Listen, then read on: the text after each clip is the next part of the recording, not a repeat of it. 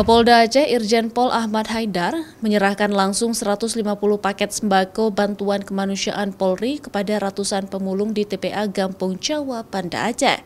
Bantuan sembako itu untuk meringankan beban masyarakat selama bulan suci Ramadan dan untuk menghadapi Idul Fitri mendatang.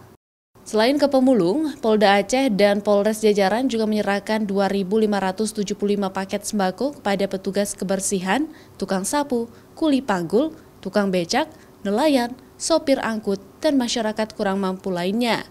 Total bantuan yang diserahkan sejak awal Ramadan sudah berjumlah 15.166 paket di seluruh Provinsi Aceh. Dari awal Ramadan sampai dengan sekarang, Polda dan jajaran sudah memberikan 14.166 paket sembako.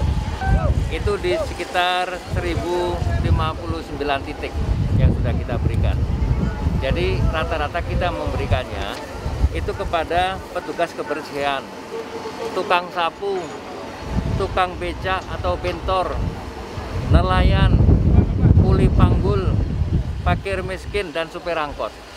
Kapolda Aceh dan Polres jajaran mendatangi langsung lokasi para penerima bantuan dan memastikan bantuan itu sampai ke penerima masyarakat kurang mampu.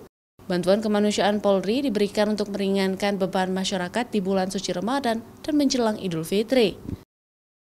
Mustajab, Kompas TV, Banda Aceh.